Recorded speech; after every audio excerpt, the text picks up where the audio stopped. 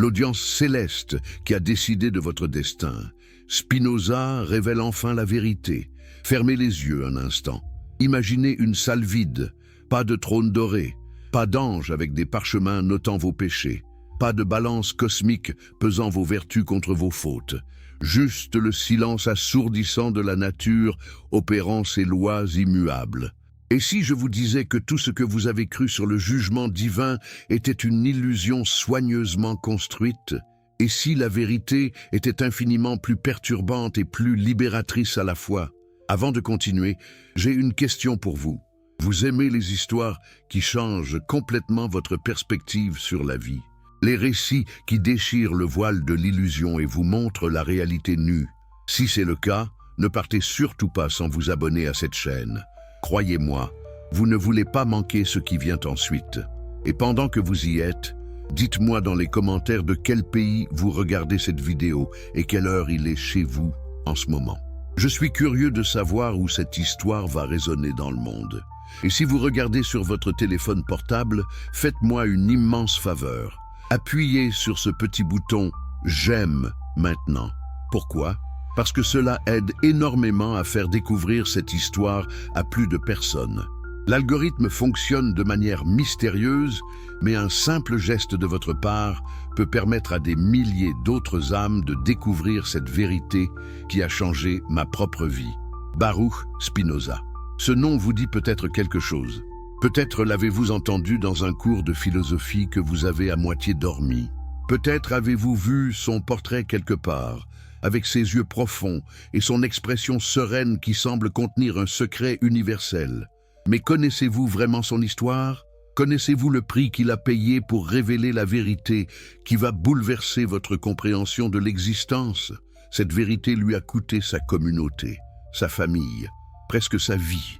Mais en échange, elle lui a donné quelque chose que peu d'êtres humains ont jamais expérimenté dans toute l'histoire de notre espèce tourmentée. La liberté absolue, la liberté du médo, le plus primordial qui hante l'humanité depuis l'aube de la conscience. Le médo du jugement divin. Alors préparez-vous, parce qu'après cette histoire, vous ne regarderez plus jamais vos choix de la même manière. Vous ne verrez plus vos échecs comme des punitions. Vous ne percevrez plus vos réussites comme des récompenses méritées d'un Père céleste bienveillant. Vous allez découvrir quelque chose de bien plus profond, de bien plus réel, et oui, de bien plus terrifiant au début. Mais cette terreur initiale, elle se transformera en quelque chose d'extraordinaire, en libération pure. Le tribunal, qui n'a jamais existé à Amsterdam, 1656. Une communauté juive portugaise prospère s'est établie dans cette ville tolérante des Pays-Bas après avoir fui l'Inquisition ibérique. Ces hommes et ces femmes portent encore les cicatrices psychologiques de la persécution.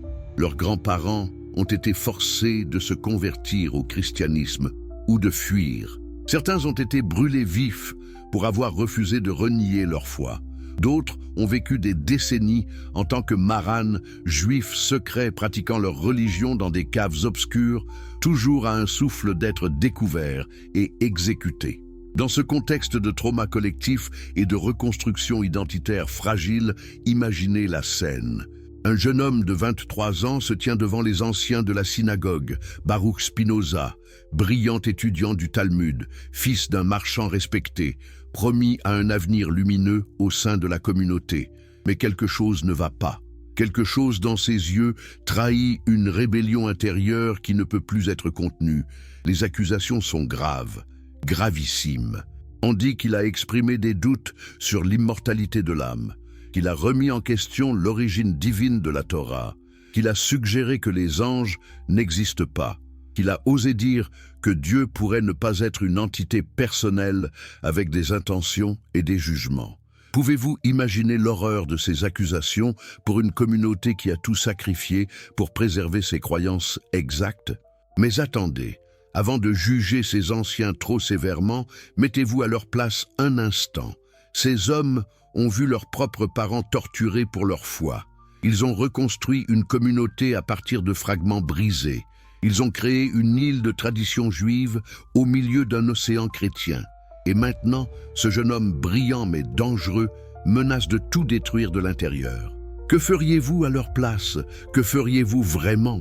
Les anciens essaient d'abord la persuasion, puis les menaces douces, puis ils offrent de l'argent. Oui, vous avez bien entendu, ils offrent à Spinoza une pension annuelle de 1000 florins, une somme considérable à l'époque, simplement pour qu'il garde le silence, pour qu'il continue d'assister au service, pour qu'il fasse semblant, pour qu'il ne contamine pas les jeunes esprits avec ses idées hérétiques. Mais que fait Spinoza? Accepte-t-il cet arrangement confortable? Choisit-il la sécurité financière et l'appartenance communautaire?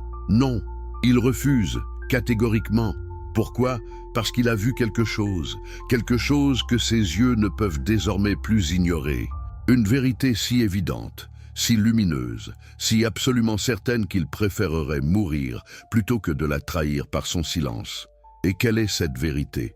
Que le Dieu qui siège sur un trône céleste, notant méticuleusement chaque transgression humaine, préparant récompense et punition, ce Dieu-là n'existe tout simplement pas, qu'il n'a jamais existé, qu'il est une projection anthropomorphique de nos peurs et de nos désirs les plus primitifs, une construction mentale destinée à donner un sens à un univers qui n'en a aucun à offrir dans les termes humains que nous comprenons.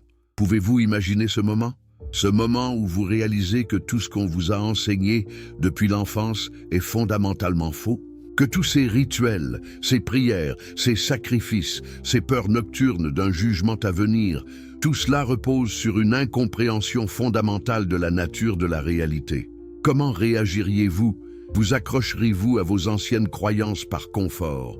Ou auriez-vous le courage de Spinoza? Le 27 juillet 1656, la sentence tombe. Le chérem, l'excommunication. Mais pas n'importe quelle excommunication. Une malédiction d'une violence verbale qui fait froid dans le dos même aujourd'hui, presque 4 siècles plus tard. Écoutez ces mots prononcés dans la synagogue devant toute la communauté assemblée, pendant qu'on éteint les bougies noires une par une, symbolisant l'extinction de l'âme de Spinoza. Par le décret des anges et le jugement des saints, nous excommunions, expulsons, maudissons et exécrons Baruch Spinoza. Qu'il soit maudit le jour et maudit la nuit.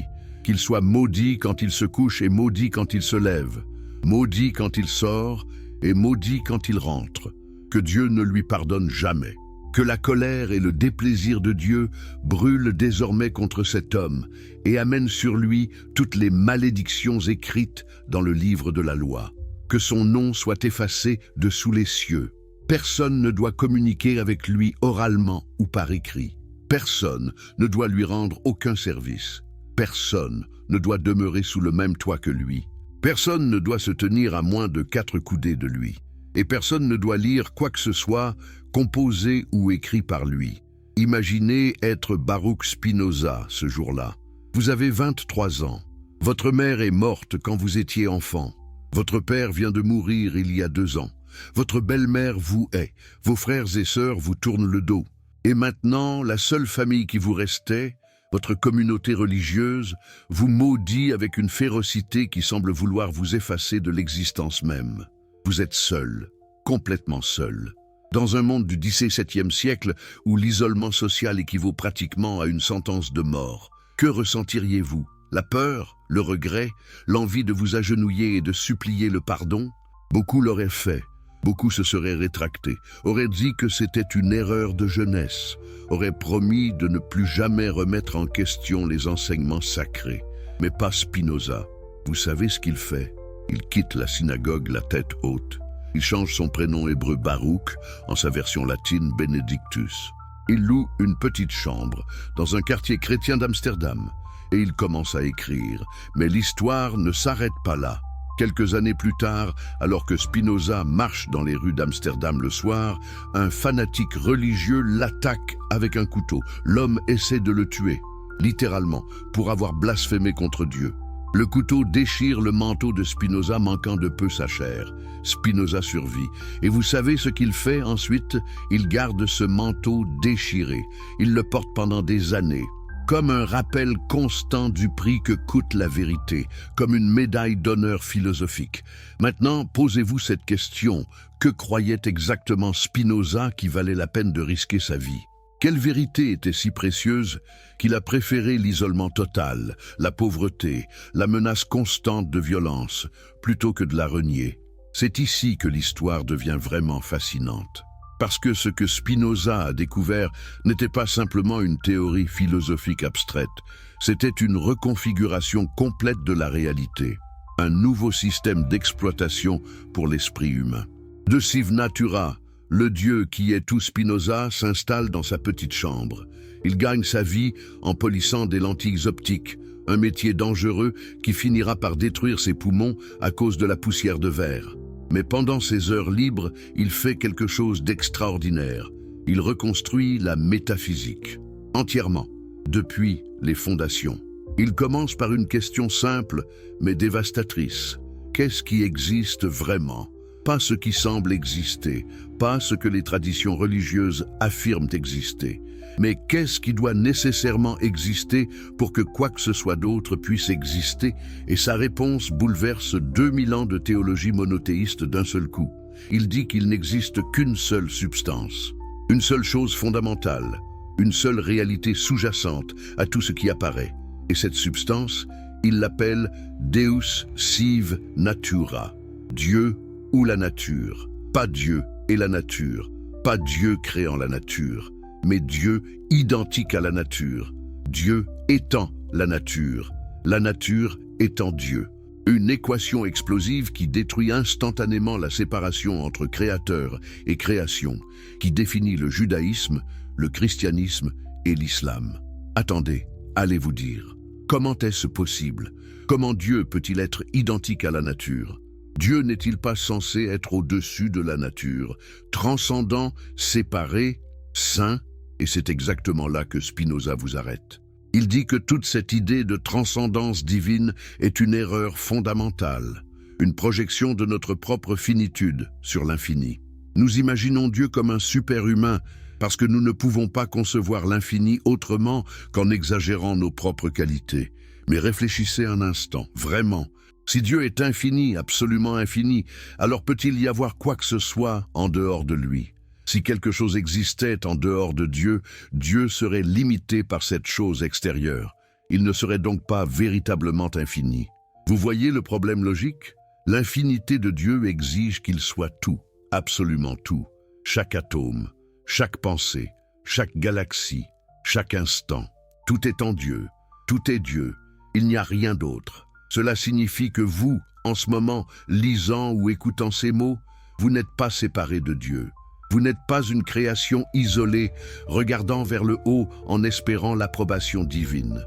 Vous êtes une expression de Dieu, un mode de la substance divine, une vague sur l'océan infini de l'existence. La vague a une forme distincte, oui. Elle peut être identifiée et nommée, mais elle n'est jamais séparée de l'océan. Elle est l'océan se manifestant temporairement sous cette forme particulière. Comprenez-vous l'implication radicale de ceci? Si vous êtes Dieu, ou plus précisément, si vous êtes Dieu se manifestant sous une forme finie particulière, alors qui est là pour vous juger? Dieu ne peut pas se juger lui-même. Ce serait absurde. Un juge nécessite une séparation entre le juge et le jugé.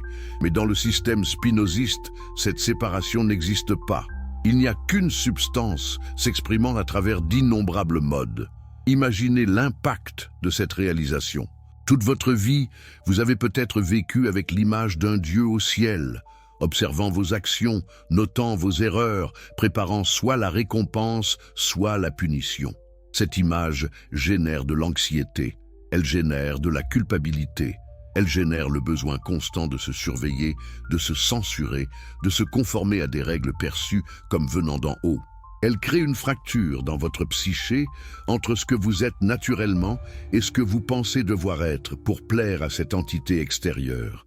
Mais Spinoza arrive et dit « Arrêtez, tout cela est une illusion, un malentendu colossal sur la nature de Dieu. Dieu n'est pas là-haut, Dieu est ici, Dieu est partout, Dieu est tout. Et surtout, Dieu n'a pas d'intention personnelle concernant votre vie. Pourquoi? Parce que les intentions présupposent un manque. Je veux quelque chose que je n'ai pas.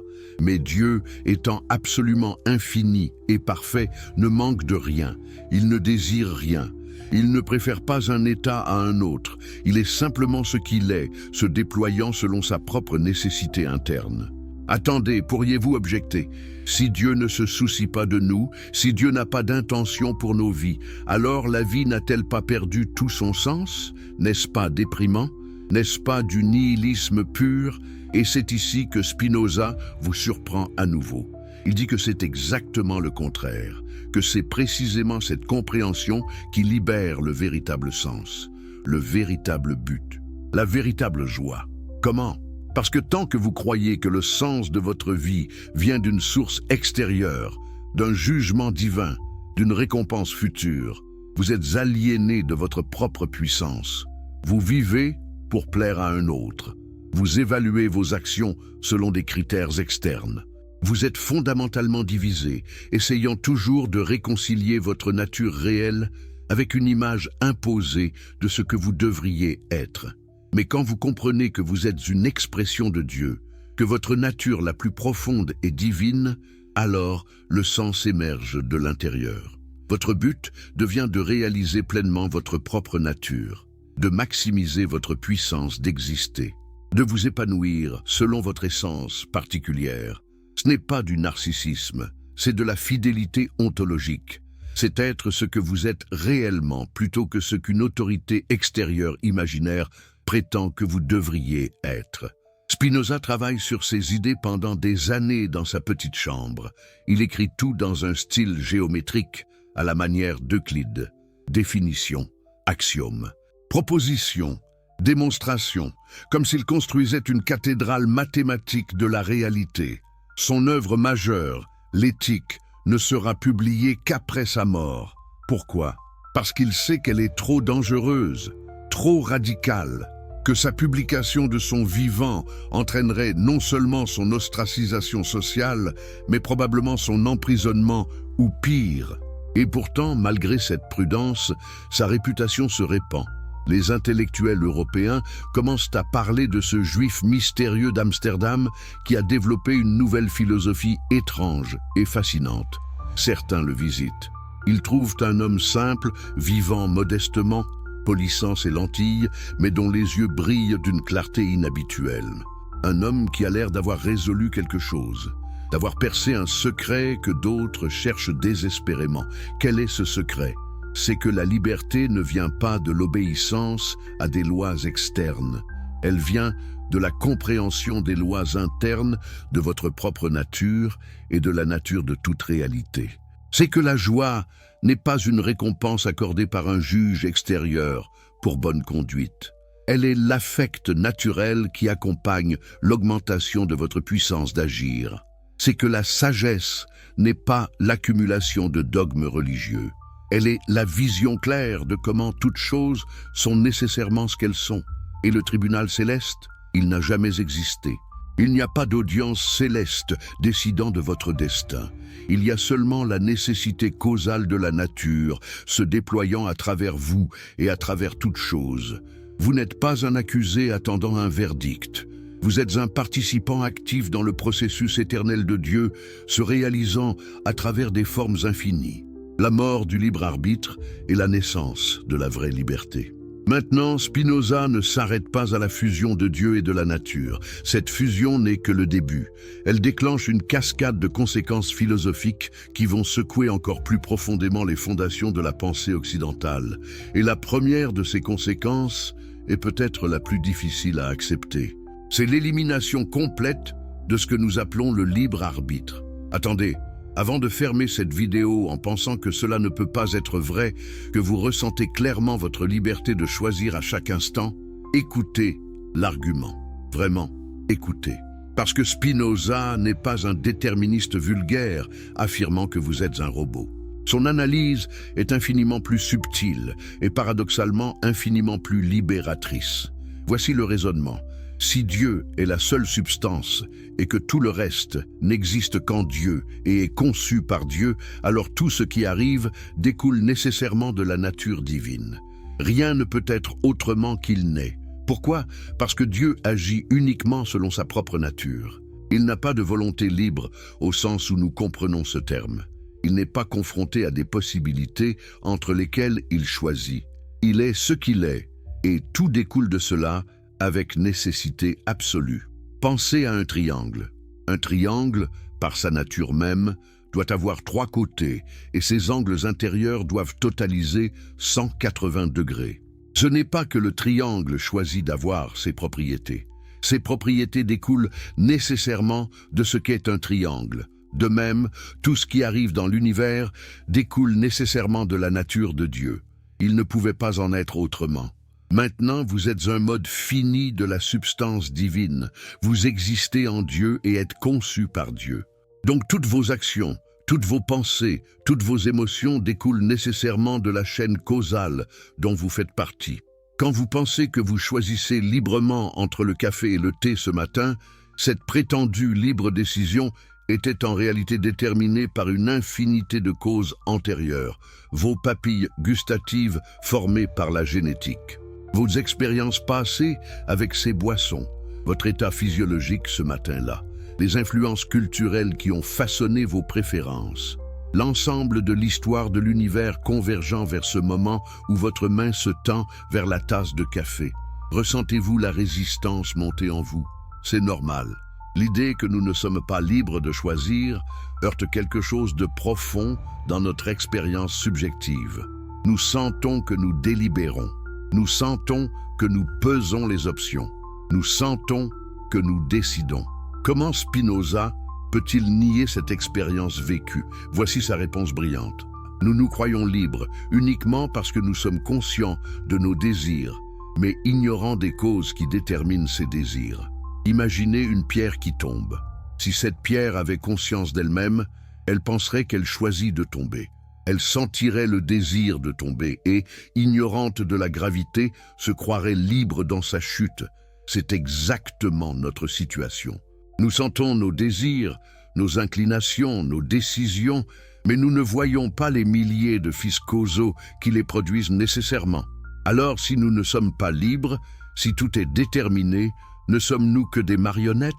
Et si nous sommes des marionnettes, pourquoi faire des efforts? Pourquoi tenter de s'améliorer? Pourquoi ne pas simplement abandonner et laisser le destin nous porter où il veut? Ces objections surgissent naturellement, et Spinoza les anticipe toutes. Voici le tournant génial. Spinoza distingue entre 2 types d'êtres déterminés. Il y a ceux qui sont déterminés par des causes externes, agis par des forces qu'ils ne comprennent pas. Ce sont les esclaves. Et il y a ceux qui sont déterminés par leur propre nature interne, agissant selon leur propre essence comprise. Ce sont les hommes libres. Les 2 sont également déterminés. Mais il y a une différence cruciale dans le type de détermination. Prenez 2 personnes colériques. La première explose en rage chaque fois que quelqu'un la contrarie, sans comprendre pourquoi, ballottée par des émotions qu'elle ne contrôle pas. La seconde comprend les mécanismes de sa colère, voit les causes qui la produisent, et bien qu'elle sente encore la colère monter, elle n'est plus possédée par elle. Elle la traverse différemment. Laquelle est plus libre? Selon Spinoza, clairement la seconde. Pas parce qu'elle échappe à la détermination causale, c'est impossible, mais parce qu'elle comprend cette détermination. Voilà le secret. La liberté n'est pas l'absence de cause, c'est la compréhension des causes. Quand vous comprenez pourquoi vous désirez ce que vous désirez, pourquoi vous craignez ce que vous craignez, pourquoi vous agissez comme vous agissez, cette compréhension elle-même devient une nouvelle cause dans votre chaîne causale, une cause qui modifie tout ce qui vient après. La connaissance n'est pas passive, elle est activement transformatrice. Imaginez que vous découvrez que votre peur chronique de l'échec vient des attentes impossibles que votre père plaçait sur vous enfants. Cette simple compréhension ne supprime pas magiquement la peur, mais elle change votre relation à cette peur. Vous ne vous identifiez plus complètement à elle. Vous voyez qu'elle est un effet de cause passée, pas une vérité essentielle sur qui vous êtes. Et cette vue, cette connaissance, vous donne un espace pour agir différemment. Pas librement au sens métaphysique, mais librement au sens humain qui importe vraiment. Spinoza appelle cet état la béatitude. Ce n'est pas un bonheur euphorique, c'est une paix profonde qui vient de voir les choses telles qu'elles sont réellement, de comprendre que tout arrive nécessairement.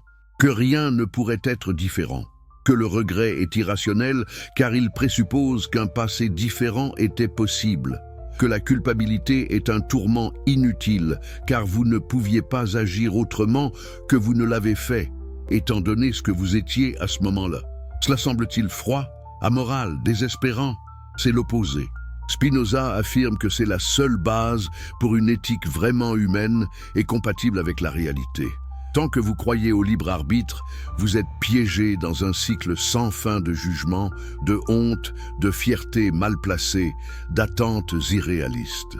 Vous vous en voulez pour vos échecs, comme si vous auriez pu magiquement être quelqu'un d'autre. Vous êtes fier de vos succès, comme s'ils ne devaient rien aux innombrables causes qui les ont rendus possibles. Mais quand vous abandonnez l'illusion du libre arbitre, quelque chose d'extraordinaire se produit. Vous cessez de vous juger.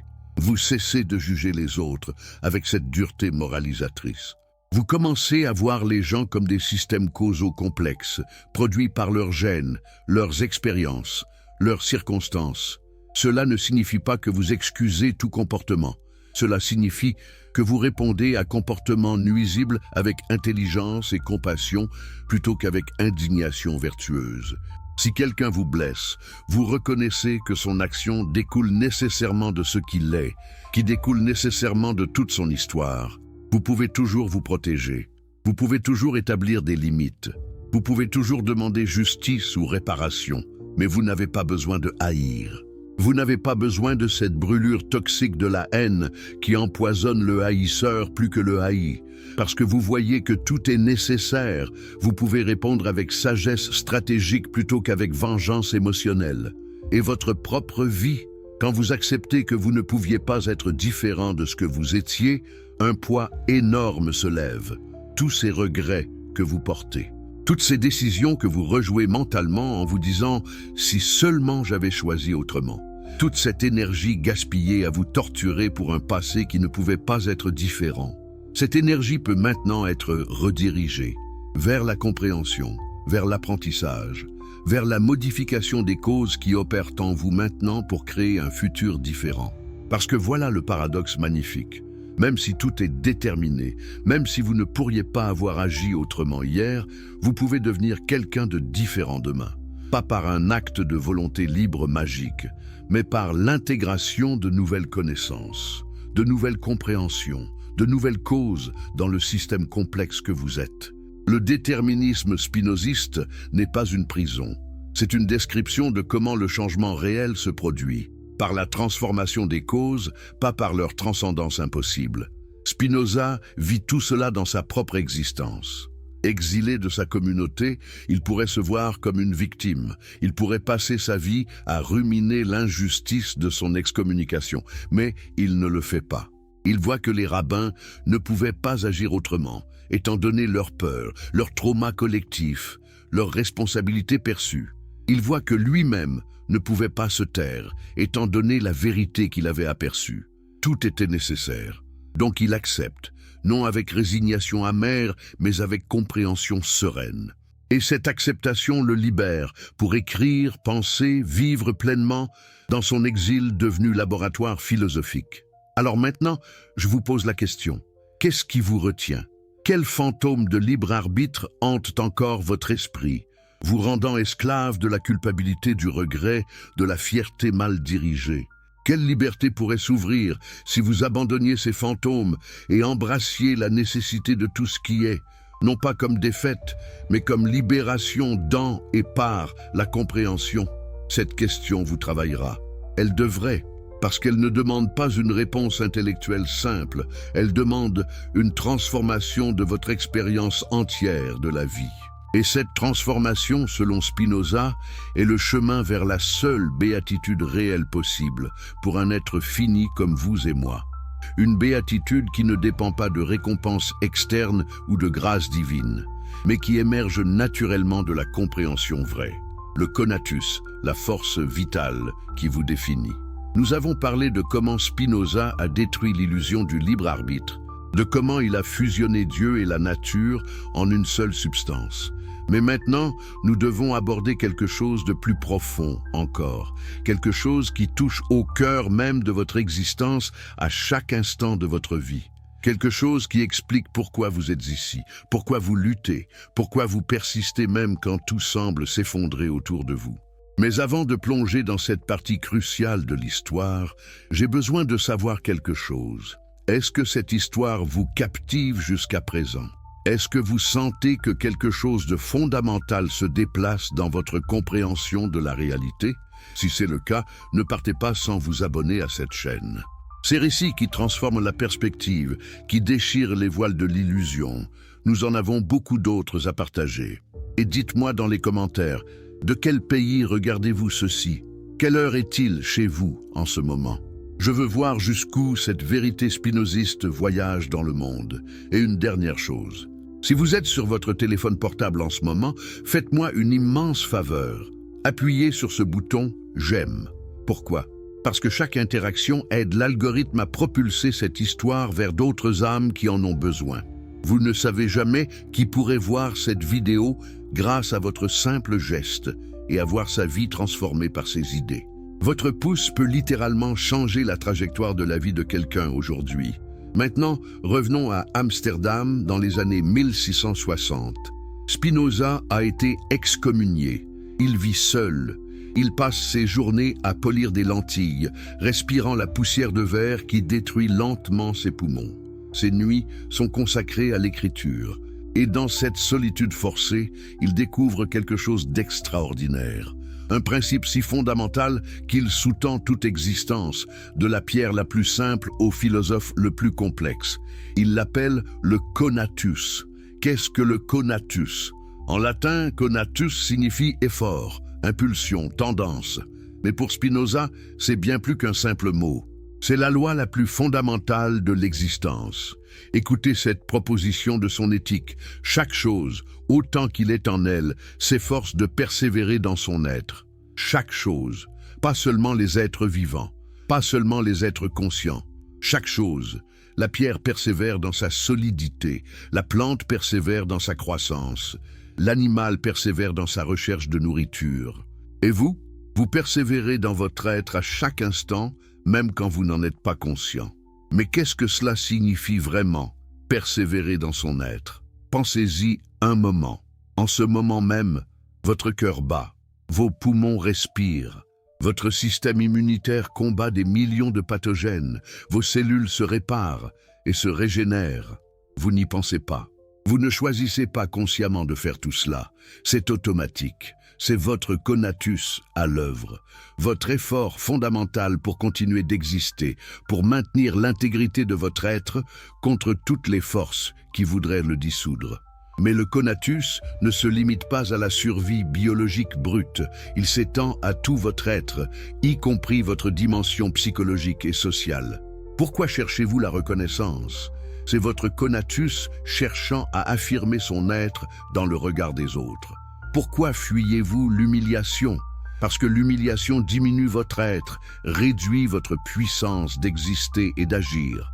Pourquoi tombez-vous amoureux? Parce que certaines rencontres augmentent votre puissance vitale, composent harmonieusement avec votre nature, fortifient votre conatus. Spinoza vit cela dans sa propre expérience d'exilé. Après son excommunication, il pourrait simplement se laisser mourir.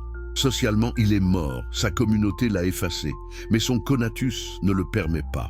Au contraire, privé des supports sociaux habituels, son conatus se tourne vers l'intérieur. Il découvre que la pensée elle-même, la compréhension philosophique, augmente sa puissance d'être d'une manière que l'appartenance communautaire ne faisait pas. Chaque vérité qu'il découvre, chaque proposition qu'il démontre, fortifie son existence d'une manière plus profonde et plus durable que les rituels de la synagogue ne l'avaient jamais fait.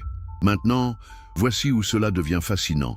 Spinoza dit que le conatus n'est pas quelque chose que vous avez. C'est ce que vous êtes.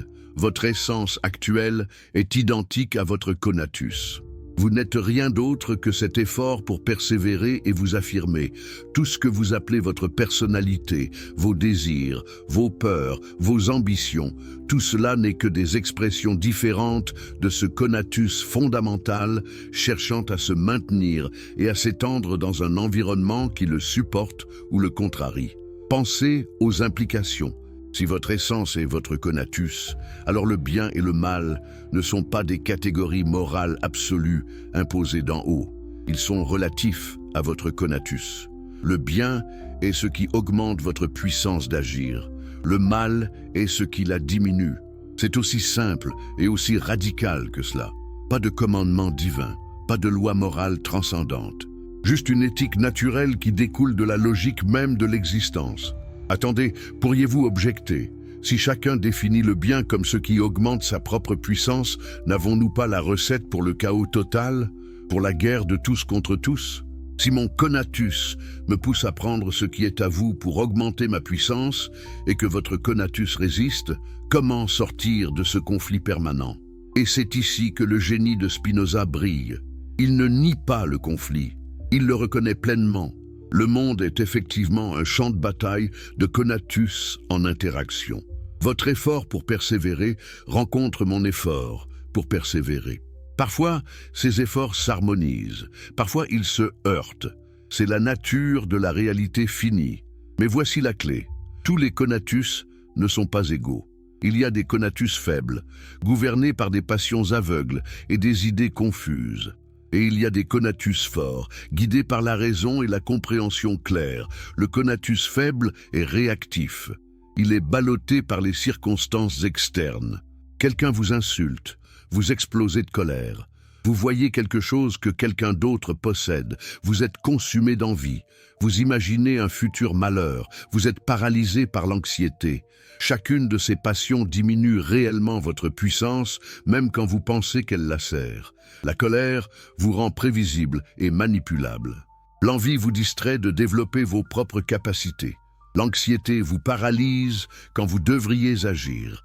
Le conatus fort, au contraire, est actif. Il comprend les causes qui produisent les émotions. Il voit pourquoi l'insulte blesse et peut donc répondre stratégiquement plutôt que réactivement. Il reconnaît l'envie comme un signal de désir mal dirigé et peut donc le transformer en inspiration. Il analyse les sources d'anxiété et peut donc soit préparer des solutions, soit reconnaître que l'inquiétude est irrationnelle. À chaque étape, la compréhension transforme la passivité en activité, augmentant réellement la puissance du conatus. Spinoza lui-même incarne cela magnifiquement. Quand ce fanatique l'attaque avec un couteau dans la rue, il pourrait réagir avec peur chronique, ne plus jamais sortir, vivre terrorisé. Ou il pourrait réagir avec rage vengeresse, chercher son agresseur, passer sa vie à comploter des représailles. Les deux réponses seraient compréhensibles, mais elles diminueraient son conatus, elles le rendraient esclave de l'événement. Au lieu de cela, que fait-il? Il garde le manteau déchiré comme mémento, il continue sa vie, il continue d'écrire. L'attaque devient une donnée intégrée dans sa compréhension du monde, pas un traumatisme qu'il domine. C'est un conatus fort en action. Maintenant, voici quelque chose que peu de gens comprennent sur le conatus spinoziste. Ce n'est pas un égoïsme simple. Spinoza distingue soigneusement entre ce qui augmente vraiment votre puissance et ce qui semble l'augmenter, mais la diminue en réalité. Beaucoup de gens passent leur vie à poursuivre des choses qu'ils croient bonnes pour eux, pour leur conatus, mais qui les affaiblissent systématiquement. Prenez la richesse excessive. Quelqu'un pourrait passer toute sa vie à accumuler de l'argent, pensant qu'il augmente ainsi sa puissance. Mais s'il sacrifie sa santé, ses relations, sa croissance intellectuelle dans cette poursuite, il diminue en réalité son conatus global. Il augmente un aspect au détriment du tout.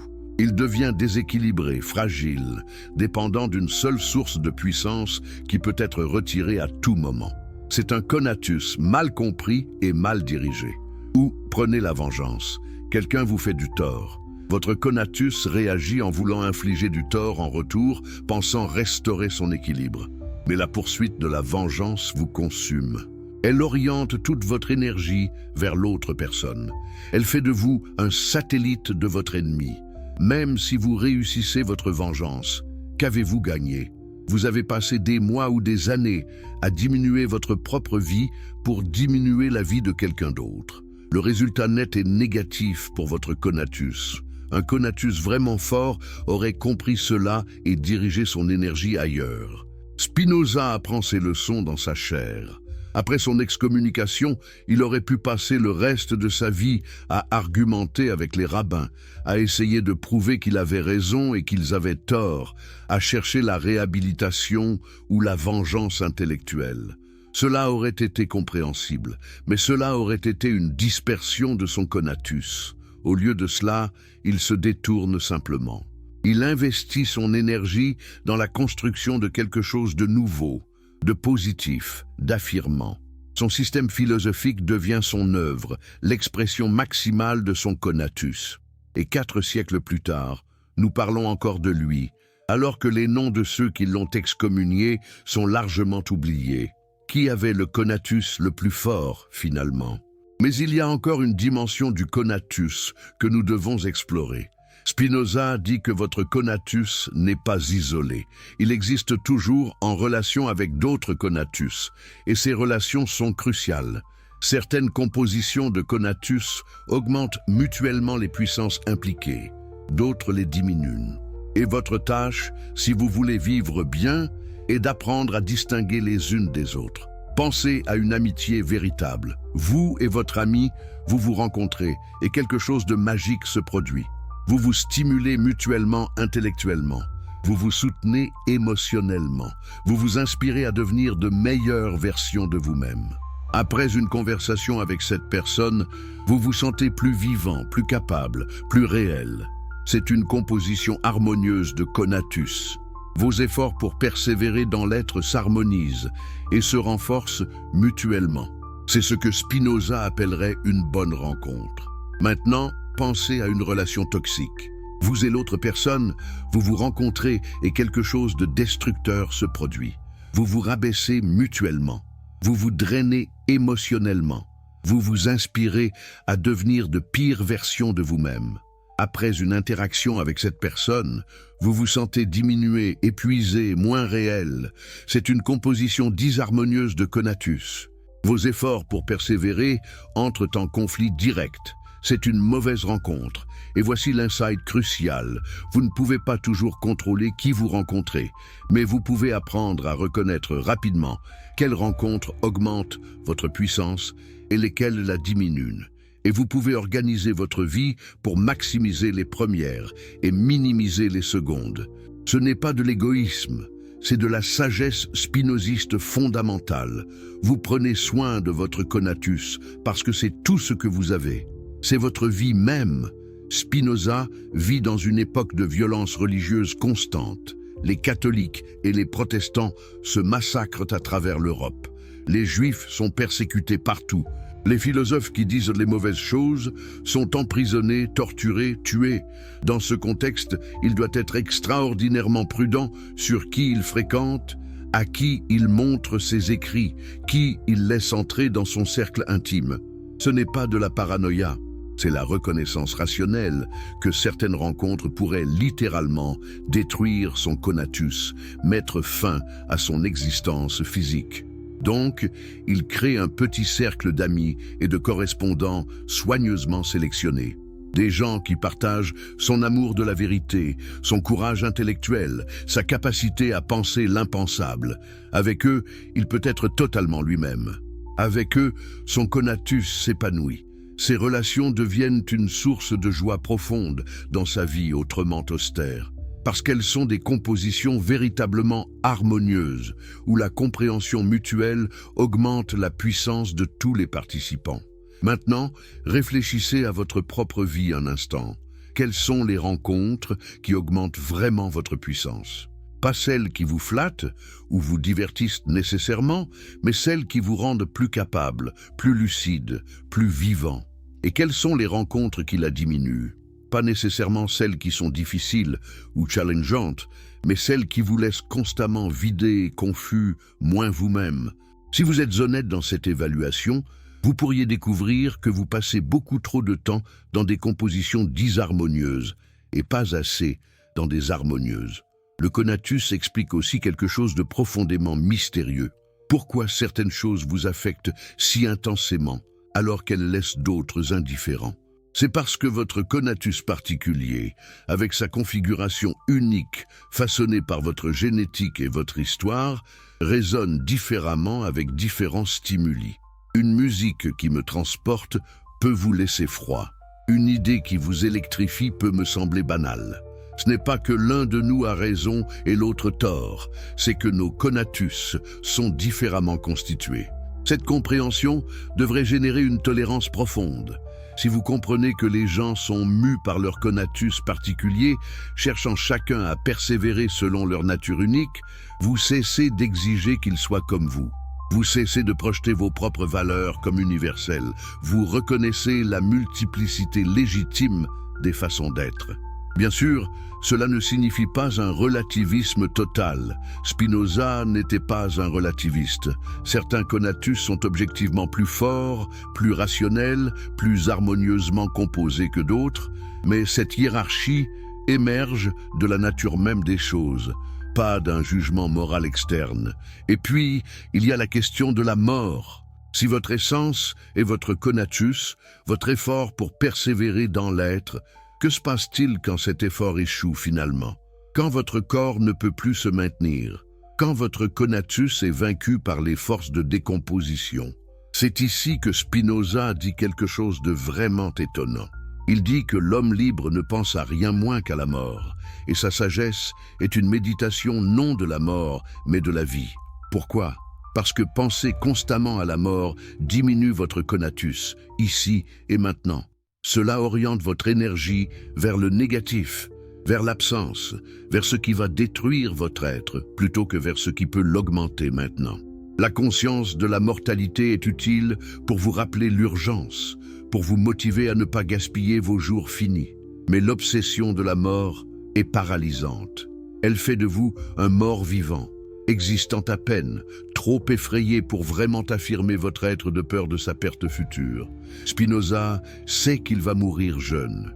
La poussière de verre qu'il respire chaque jour détruit ses poumons progressivement. Il tousse du sang, il s'affaiblit. Mais regarde comment il vit. Il continue d'écrire jusqu'à ses derniers jours. Il continue de recevoir des amis, de discuter philosophie, de polir ses lentilles. Le 21 février 1677, à 44 ans seulement, il meurt paisiblement. Ces derniers mots, selon les témoins, expriment de la curiosité sur ce qui vient après, mais aucune peur. Comment est-ce possible? Parce que son conatus, jusqu'au dernier moment, était orienté vers la vie, vers la compréhension, vers l'affirmation. La mort est venue, oui, mais elle n'a jamais dominé sa vie. Les affects, le langage secret de votre conatus. Nous avons parlé du conatus, cet effort fondamental pour persévérer dans l'être qui définit votre essence même. Mais comment votre conatus communique-t-il avec vous? Comment savez-vous quand quelque chose augmente votre puissance ou la diminue? La réponse de Spinoza est brillante dans sa simplicité, à travers les affects. Les émotions ne sont pas des perturbations irrationnelles à supprimer.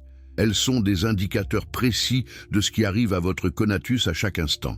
Spinoza identifie 3 affects primaires dont tous les autres dérivent. La joie, la tristesse et le désir. Comprenez ces 3 et vous comprenez toute votre vie émotionnelle. La joie est l'affect qui accompagne le passage de votre conatus à une perfection plus grande. En d'autres termes, chaque fois que quelque chose augmente votre puissance d'agir, vous ressentez de la joie.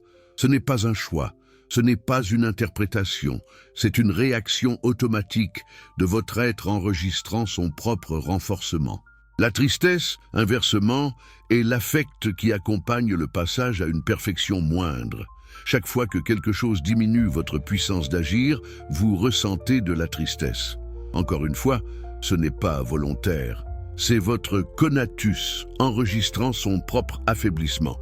Et le désir, c'est votre conatus lui-même, devenu conscient, s'orientant vers ce qu'il imagine augmenter sa puissance et s'éloignant de ce qu'il imagine la diminuer. Maintenant, Voici où cela devient subtil et important. Spinoza distingue entre les affects actifs et les affects passifs. Un affect actif est celui qui découle de votre propre nature, de votre compréhension adéquate de la situation. Un affect passif est celui qui est causé en vous par des forces externes que vous ne comprenez pas. La différence est cruciale. Les affects passifs vous rendent esclave. Les affects actifs vous rendent libre. Prenez la colère. Vous pouvez ressentir de la colère de deux manières très différentes. La colère passive surgit quand quelqu'un vous insulte et que vous explosez automatiquement, possédé par l'émotion, agissant d'une manière que vous regretterez probablement plus tard. Cette colère vient de l'extérieur. Elle est causée en vous. Vous êtes agi plutôt qu'agissant. C'est une passion au sens étymologique, quelque chose que vous subissez. Mais vous pouvez aussi ressentir une colère active. Vous voyez clairement qu'une injustice se produit. Vous comprenez ses causes et ses conséquences. Et de cette compréhension émerge une indignation rationnelle qui vous pousse à agir de manière stratégique pour corriger la situation. Cette colère découle de votre propre nature raisonnable. Elle n'est pas causée en vous, mais par vous. Vous êtes actif, non passif. Et cette différence change tout. Ou prenez l'amour. L'amour passif est l'obsession romantique où vous êtes complètement dépendant de l'autre personne pour votre bonheur. Quand elle est là, vous êtes euphorique. Quand elle est absente, vous êtes désespéré. Vous n'avez aucune stabilité intérieure. Votre état émotionnel est entièrement déterminé par des facteurs externes que vous ne contrôlez pas. Vous êtes esclave de cette passion, aussi agréable qu'elle puisse paraître dans ces moments hauts. Mais l'amour actif est différent. C'est une affection profonde qui émerge de votre compréhension de la nature de l'autre personne et de comment cette nature compose harmonieusement avec la vôtre.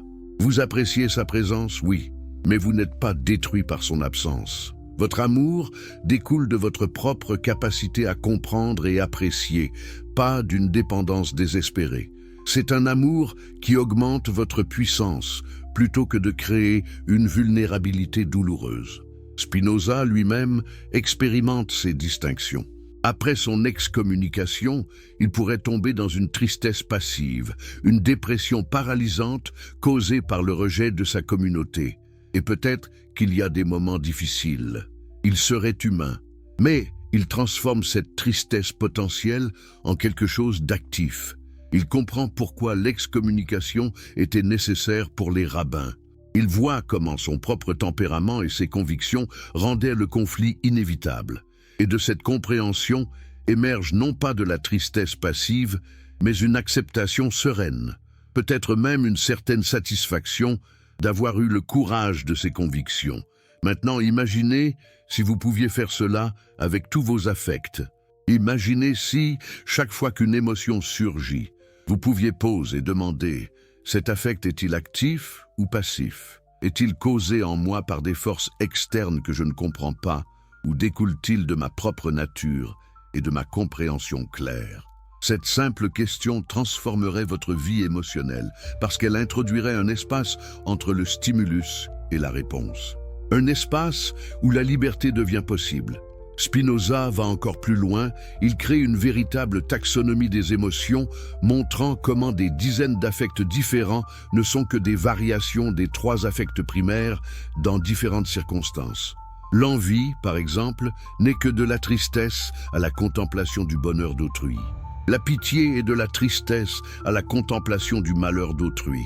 L'orgueil est une joie excessive accompagnant l'imagination que nous sommes loués. L'humilité est une tristesse excessive accompagnant l'imagination que nous sommes blâmés. Pourquoi cette analyse minutieuse des émotions est-elle importante? Parce que quand vous comprenez la mécanique précise d'un affect, vous cessez d'être possédé par lui. Prenez l'envie. Si vous ressentez de l'envie mais ne la comprenez pas, elle vous torture. Vous voyez quelqu'un avec quelque chose que vous n'avez pas et vous vous sentez diminué, misérable, peut-être même haineux. Mais si vous comprenez que l'envie est structurellement de la tristesse causée par la comparaison, vous pouvez la transformer. Vous pouvez dire « Je ressens de la tristesse parce que je compare ma situation à celle de cette personne ». Mais cette comparaison est-elle rationnelle? Cette personne a-t-elle réellement quelque chose qui augmenterait mon conatus si je l'avais? Ou est-ce que je désire simplement ce qu'elle a parce qu'elle l'a? Si c'est ce dernier cas, l'envie est irrationnelle et je peux la laisser partir.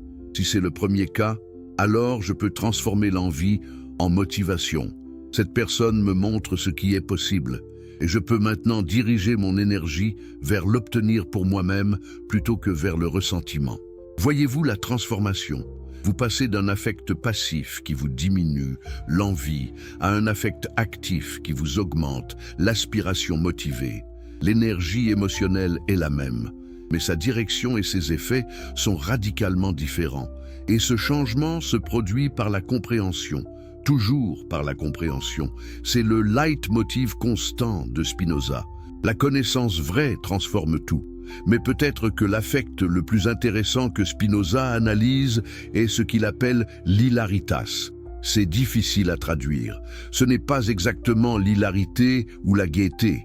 C'est une joie modérée, équilibrée, qui affecte tout le corps et toutes les parties de l'esprit également. C'est la joie que ressent quelqu'un dont le conatus est fort et harmonieusement développé dans toutes ses dimensions. Spinoza contraste l'hilaritas avec la titillatio, qu'on pourrait traduire par chatouillement ou plaisir localisé. C'est une joie qui n'affecte qu'une partie de vous, souvent au détriment d'autres parties. Pensez à l'ivresse. Sur le moment, l'alcool peut produire un plaisir intense, mais ce plaisir est partiel et temporaire. Il augmente peut-être votre puissance sociale en vous rendant plus désinhibé, mais il diminue votre puissance intellectuelle, votre coordination physique et cause de la souffrance le lendemain. Le résultat net pour votre conatus global est négatif. L'hilaritas, au contraire, est une joie qui augmente l'ensemble de votre être. C'est ce que vous ressentez après une bonne conversation intellectuelle qui vous stimule, ou après un exercice physique qui énergise votre corps, ou après avoir créé quelque chose dont vous êtes fier. C'est une joie stable, durable, qui ne crée pas de dette émotionnelle ou physique. C'est la joie d'un conatus s'affirmant pleinement et harmonieusement. Spinoza vit dans l'hilaritas autant que possible pour un homme dans ces circonstances. Ses visiteurs rapportent qu'il est toujours de bonne humeur, serein, prêt à rire et plaisanter. Ce n'est pas une façade. C'est l'expression naturelle d'un conatus qui, malgré les circonstances externes difficiles, est internement fort, cohérent, affirmant. Il a trouvé ce que peu de gens trouvent, une joie qui ne dépend pas de facteurs externes volatiles, mais qui émerge de sa propre nature bien comprise et bien développée. Maintenant, je vous pose cette question. Quel type de joie poursuivez-vous principalement dans votre vie? Est-ce la titillatio, les plaisirs intenses mais partiels et éphémères qui vous laissent vide après? Ou est-ce l'hilaritas, la joie équilibrée qui augmente tout votre être durablement? Si vous êtes honnête, vous admettrez probablement que vous passez beaucoup trop de temps à poursuivre le premier type. Parce que c'est plus facile, parce que c'est plus immédiat, parce que la culture de consommation vous bombarde constamment d'opportunités pour la titillatio. Mais voici ce que Spinoza vous dirait. Chaque fois que vous choisissez la titillatio au détriment de l'hilaritas, vous affaiblissez votre conatus à long terme. Vous devenez dépendant de stimulations externes. Vous perdez la capacité à générer de la joie de l'intérieur. Vous devenez esclave des marchands de plaisir qui ne se soucient pas de votre bien-être global. Et progressivement, imperceptiblement, votre puissance d'agir diminue. Vous vous sentez de plus en plus vide, nécessitant des doses de plus en plus fortes de stimulation externe pour sentir quoi que ce soit. La solution, ce n'est pas l'ascétisme. Spinoza n'était pas un ascète. Il appréciait un bon repas, un bon vin avec modération, la compagnie d'amis, mais il comprenait que ces plaisirs devaient être intégrés dans une vie dont le centre était ailleurs. Le centre était la compréhension, la pensée, l'activité créative.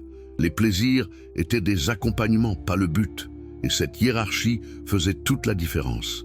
Subspecie aeternitatis, voir depuis l'éternité. Nous avons exploré le conatus et les affects. Maintenant, nous devons aborder ce qui est peut-être l'idée la plus radicale et la plus libératrice de toute la philosophie de Spinoza, C'est une idée si étrange, si contre-intuitive, qu'elle demande un effort mental considérable pour vraiment la saisir. Mais si vous y arrivez, si vous parvenez vraiment à intégrer cette perspective, elle transformera littéralement votre expérience de chaque moment de votre vie. L'expression latine est sub specie aeternitatis, littéralement sous l'aspect de l'éternité, ou depuis la perspective de l'éternité. Qu'est-ce que cela signifie? Pour le comprendre, nous devons d'abord saisir comment Spinoza pense le temps. Pour la plupart des gens, le temps est évident. C'est un flux qui va du passé vers le futur à travers le présent. Les choses changent, les événements se succèdent, nous vieillissons. C'est l'expérience humaine fondamentale du temps. Mais Spinoza dit que cette expérience, aussi réelle qu'elle semble, est une perspective limitée caractéristique des êtres finis. Du point de vue de Dieu, de la substance infinie, il n'y a pas de temps. Tout existe éternellement. Pas éternellement au sens de durée infinie, mais éternellement au sens de hors du temps complètement. Toutes les choses qui existent, qui ont existé, qui existeront, existent simultanément dans l'ordre éternel de la nature. Le temps est une manière humaine de percevoir séquentiellement ce qui est en réalité simultané. C'est difficile à imaginer, je sais. Essayez ceci, pensez à un film. Le film entier existe déjà, tous les photogrammes sont déjà enregistrés. Mais quand vous le regardez, vous l'expérimentez séquentiellement, image par image. Le temps du film est une illusion créée par la séquence de projection. En réalité, tout le film existe simultanément sur le support. De même, suggère Spinoza, l'univers entier existe éternellement dans l'ordre de Dieu, et ce que nous appelons temps est simplement notre manière séquentielle de le parcourir en tant qu'être fini. Maintenant, que se passe-t-il si vous pouvez, ne serait-ce que momentanément, voir les choses non pas depuis votre perspective temporelle limitée, mais depuis cette perspective éternelle? Que se passe-t-il si vous pouvez voir un événement non pas comme un point isolé dans le flux du temps, mais comme une partie nécessaire de l'ordre éternel total? Spinoza dit que c'est possible, et il dit que c'est la clé de la béatitude suprême. Voici comment cela fonctionne. Quand quelque chose de mauvais vous arrive, votre première réaction, depuis la perspective temporelle ordinaire, est de le voir comme un accident, une injustice, quelque chose qui n'aurait pas dû arriver. Vous vous sentez victimisé. Vous ressentez de la colère ou de la tristesse. Vous ruminez sur comment les choses auraient pu être différentes. Tout cela est naturel et compréhensible. Mais tout cela augmente votre souffrance sans rien résoudre. Mais si vous pouvez changer de perspective, si vous pouvez voir cet événement sub specie aeternitatis, quelque chose de radical se produit. Vous voyez que cet événement découle nécessairement de l'ordre éternel des causes et effets, qu'il ne pouvait pas ne pas arriver, étant donné tout ce qui l'a précédé, qu'il n'est ni un accident ni une injustice, mais simplement la nature étant exactement ce qu'elle doit nécessairement être. Et dans cette vision, la colère et la tristesse perdent leur emprise, parce qu'elles dépendent de l'imagination que les choses auraient pu être autrement. Attendez, pourriez-vous protester? N'est-ce pas du fatalisme? N'est-ce pas une rationalisation pour accepter passivement tout ce qui arrive? Non, et c'est crucial de comprendre pourquoi. Voir sub specie aeternitatis ne signifie pas ne pas agir. Cela signifie agir sans être perturbé émotionnellement par des espoirs et des peurs illusoires. Vous pouvez toujours travailler à changer les choses, mais vous le faites depuis la compréhension claire de ce qui est possible, pas depuis la frustration de ce qui n'était pas possible, mais que vous imaginiez devoir l'être. Spinoza lui-même illustre parfaitement cela. Il voit son excommunication sub specie aeternitatis. Il comprend que, étant donné qui il était, ce qu'il pensait, et qui étaient les rabbins, leur histoire, leur peur, l'excommunication était inévitable. Elle ne pouvait pas ne pas arriver. Vue depuis l'éternité, elle était toujours là, une partie nécessaire du tissu causal de l'univers. Cette vision ne le rend pas passif. Il quitte la communauté, il change son nom, il reconstruit sa vie. Mais il le fait sans amertume, sans cette brûlure toxique du ressentiment qui empoisonne tant de vies. Ou prenez sa maladie pulmonaire, il sait qu'elle le tuera jeune. Vu depuis la perspective temporelle ordinaire, c'est une tragédie. Un génie philosophique dont la vie est coupée court par les circonstances malheureuses de son métier. Injuste, terrible. Mais Spinoza voit cela sub specie aeternitatis.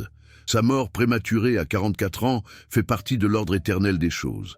Elle était toujours là, inscrite dans la structure causale de l'univers. Cette vision ne le rend pas suicidaire ou négligent de sa santé, mais elle l'empêche de passer ses dernières années à se lamenter sur l'injustice de son sort. Au contraire, cette perspective le libère pour être pleinement présent à chaque moment qui lui reste. Il ne gaspille pas d'énergie à regretter le passé ou à angoisser sur le futur raccourci. Il est ici, maintenant, pensant, écrivant, conversant, vivant, aussi pleinement que son corps malade le permet. Parce qu'il a compris quelque chose de profond.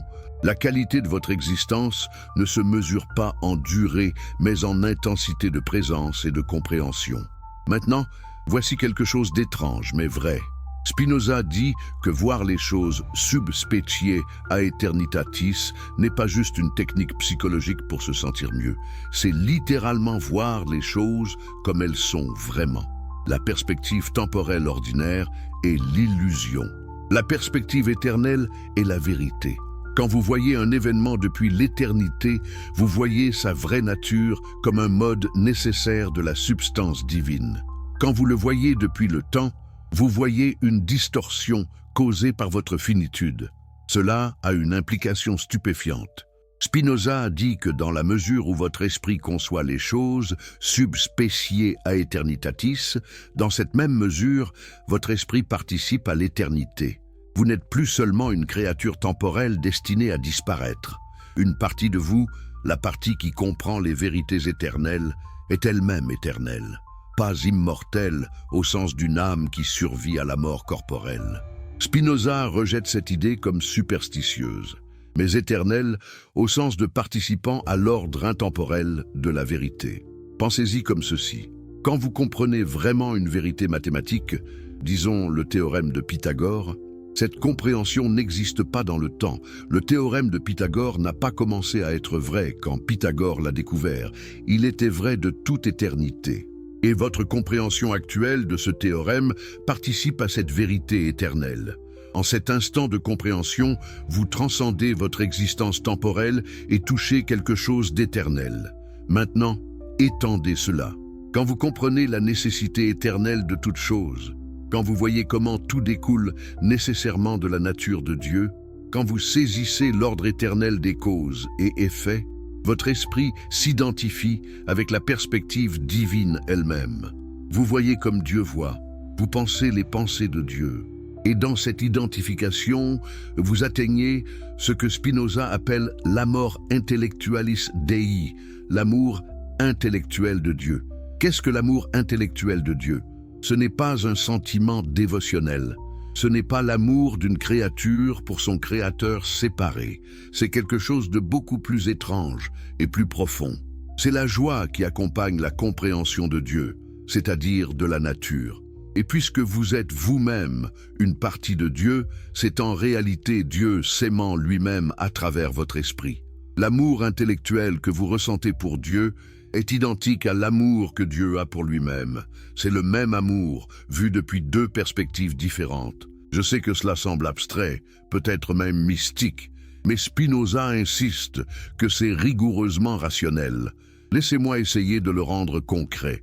Avez-vous déjà eu un moment où vous avez vraiment compris quelque chose de profond sur la nature de la réalité, ou quelque chose que vous ne compreniez pas soudainement a fait sens? Vous souvenez-vous de la joie qui accompagnait cette compréhension? Ce sentiment de oui, c'est ça, c'est comme ça que les choses sont? C'était un avant-goût de l'amor intellectualis Dei. Maintenant, imaginez si toute votre vie était orientée vers la multiplication de ces moments, vers la compréhension de plus en plus de choses sub specie aeternitatis, vers la vision de la nécessité éternelle de toute chose. Cette orientation transformerait complètement votre existence. Vous seriez toujours dans le monde, toujours sujet aux aléas de la fortune. Mais vous ne seriez plus possédé par eux. vous les traverseriez avec une sérénité qui vient de voir qu'ils sont tous exactement comme ils sont, des expressions nécessaires de la réalité éternelle. C'est ce que Spinoza appelle la béatitude, et il dit explicitement que c'est le plus haut état qu'un être humain peut atteindre. Pas le paradis après la mort, pas une récompense future pour bonne conduite, mais un état disponible ici et maintenant, dans cette vie, à quiconque cultive la compréhension rationnelle des choses subspecie aeternitatis. C'est une béatitude qui ne peut pas vous être enlevée parce qu'elle ne dépend de rien d'externe. Elle dépend uniquement de votre propre capacité à comprendre. Spinoza atteint-il cet état? Nous ne pouvons qu'inférer de ce que disent ceux qui l'ont connu. Ils décrivent un homme d'une sérénité inhabituelle, quelqu'un qui a traversé l'excommunication, la pauvreté, la maladie, la menace de violence, sans perdre sa tranquillité d'esprit, quelqu'un qui pouvait rire et plaisanter même en sachant qu'il mourrait jeune, quelqu'un qui semblait avoir résolu quelque chose que d'autres cherchent toute leur vie. Si ce n'est pas la béatitude, qu'est-ce que c'est? Alors maintenant, je vous laisse avec cette question. Pouvez-vous, ne serait-ce qu'un instant, voir votre vie subspecie aeternitatis? Pouvez-vous voir que tout ce qui vous est arrivé, le bien et le mal, ne pouvait pas ne pas arriver, que vous êtes exactement où vous devez être dans l'ordre éternel des choses? Et si vous pouvez vraiment voir cela, vraiment le comprendre dans vos os et pas juste intellectuellement, que se passe-t-il avec vos regrets, avec vos ressentiments, avec vos peurs? Ne se dissolvent-ils pas comme brume au soleil de la compréhension? Et si c'est le cas, vous avez touché, ne serait-ce que brièvement, ce que Spinoza a passé sa vie à cultiver. Cette vision qui transforme tout, cette perspective qui libère vraiment, cette compréhension qui est elle-même le salut qu'elle promet. Avant de plonger dans les profondeurs de cette dernière partie de notre exploration spinoziste, un petit rappel vital. Si vous êtes captivé par cette histoire, si elle fait vibrer quelque chose de fondamental en vous, assurez-vous de vous abonner à la chaîne. Nous sommes en plein dans un voyage qui défie les croyances anciennes, qui secoue les certitudes les plus enracinées. Ne laissez pas cette lumière s'éteindre dans l'oubli. Partagez dans les commentaires de quel pays vous regardez cette vidéo et quelle heure il est chez vous. Et si vous êtes sur smartphone, appuyez sur « J'aime ». Ce simple clic peut aider cette vérité à atteindre des oreilles et des cœurs assoiffés dans le monde entier. Maintenant, imaginez la scène. Vous êtes un phare de raison dans une mer agitée d'émotions et de passions. Vous lutterez sans cesse contre les forces extérieures et internes qui cherchent à vous déstabiliser. Spinoza nous confie que cette lutte est la condition même de la vie humaine. Mais peut-on véritablement maîtriser ces forces? Peut-on vraiment être libre dans un monde gouverné par la nécessité? Spinoza observe que la plupart des humains sont esclaves de leurs passions, ces affects passifs qui les gouvernent, sans qu'ils ne réalisent comment ni pourquoi. Vous est-il déjà arrivé de vous sentir envahi par une émotion incontrôlable? Une colère soudaine, une tristesse inexpliquée, une peur paralysante? Avez-vous ressenti à quel point ces passions peuvent vous asservir, vous faire agir contre votre propre intérêt? Mais alors, qu'est-ce qui distingue celui qui reste esclave de ses passions de celui qui parvient à les maîtriser? La réponse de Spinoza est simple mais radicale, la connaissance. Plus précisément, la connaissance adéquate des causes qui produisent ces passions. Vous souvenez-vous de moments où, en comprenant ce qui vous affecte, vous avez pu reprendre le contrôle de vos réactions? Ce n'est pas un hasard, c'est l'essence même de la liberté spinoziste. Pensez à l'amour, pas l'amour passif, emporté par les vents de l'attachement et de la dépendance, mais l'amour actif. Celui qui ouvre le cœur tout en maintenant la lucidité de l'esprit. Que ressent-on quand on aime ainsi? Un accroissement de sa puissance d'être, pas un affaiblissement. Une joie stable, pas une ivresse éphémère. Est-ce que ce type d'amour ne serait pas ce que la plupart d'entre nous cherchent sans jamais vraiment le trouver? Et la haine, peut-on la comprendre plutôt que la subir? Spinoza dit que la haine est une tristesse, accompagnée de l'idée de la présence d'un ennemi ou de quelque chose qui diminue notre puissance. En comprenant cela, on peut transformer la haine en une indifférence chaleureuse, en une distance équilibrée qui préserve notre conatus sans nous consumer. Imaginez maintenant que vous soyez capable de passer de ces affects passifs, esclaves, à des affects actifs, libres, à chaque instant. Quel changement cela produirait-il dans votre vie? Combien de conflits, de souffrances, d'erreurs éviterez-vous? Spinoza nous dit que ce chemin est long, ardu, mais qu'il est le seul véritable chemin vers la liberté. Son propre parcours illustre cette vérité. Placé au banc de sa communauté, persécuté, malade, solitaire, il n'a jamais abandonné cette quête de compréhension. Plus il comprenait, plus il était libre. Plus il comprenait, plus sa joie intérieure grandissait. Et malgré son destin tragique d'une vie courte, il atteignit une paix profonde que peu d'autres ont connue. Mais la liberté pour Spinoza n'est pas un isolement hermétique. Elle est relation. Elle est interaction harmonieuse avec d'autres conatus. N'avez-vous jamais remarqué combien certaines rencontres vous élèvent, vous rendent meilleur, plus fort, plus lucide, et combien d'autres vous épuisent, vous diminuent, vous rendent confus?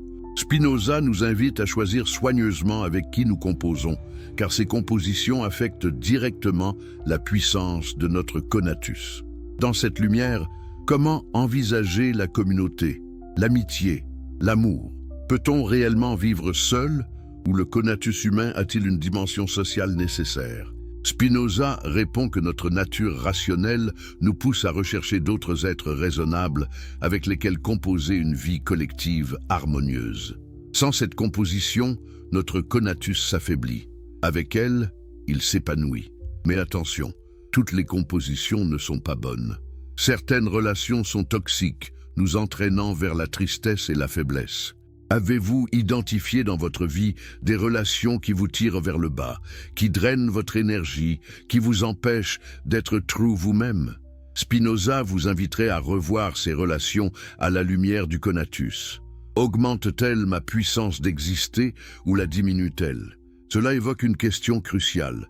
Que faites-vous pour nourrir votre conatus? Comment investissez-vous votre temps, votre énergie, votre attention? Chaque moment passé à cultiver des pensées clarificatrices, à comprendre les causes profondes de votre expérience, est un moment d'affirmation de votre être. Chaque moment perdu dans la rumeur, la distraction, la passion non comprise, est un moment de déclin. Vous est-il déjà arrivé de vous demander pourquoi certaines idées, certaines lectures, certaines discussions vous inspirent profondément, alors que d'autres vous laissent indifférents?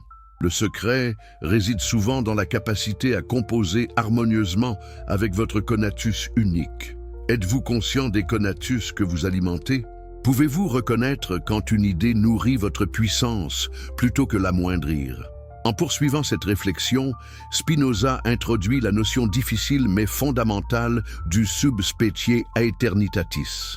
Avez-vous déjà essayé d'imaginer la vie depuis la perspective de l'éternité plutôt que celle du temps? Que verrez-vous? Comment cette perspective pourrait-elle transformer la manière dont vous percevez la souffrance, la joie, la mort? Imaginez que votre vie ne soit pas un accident isolé, mais une expression nécessaire et éternelle de la nature divine. Que chaque événement, chaque choix, chaque rencontre soit inscrit dans le tissu immuable de la réalité.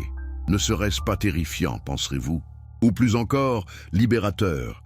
Spinoza nous dit que c'est cette vision subspecie aeternitatis qui donne naissance à la vraie béatitude, une paix profonde, stable, qui transcende les passions passagères et les aléas du monde fini.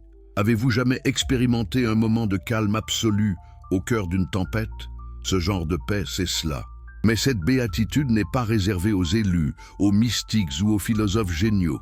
Selon Spinoza, elle est accessible à toute personne qui cultive la raison, la compréhension et l'amour intellectuel de Dieu, c'est-à-dire de la nature.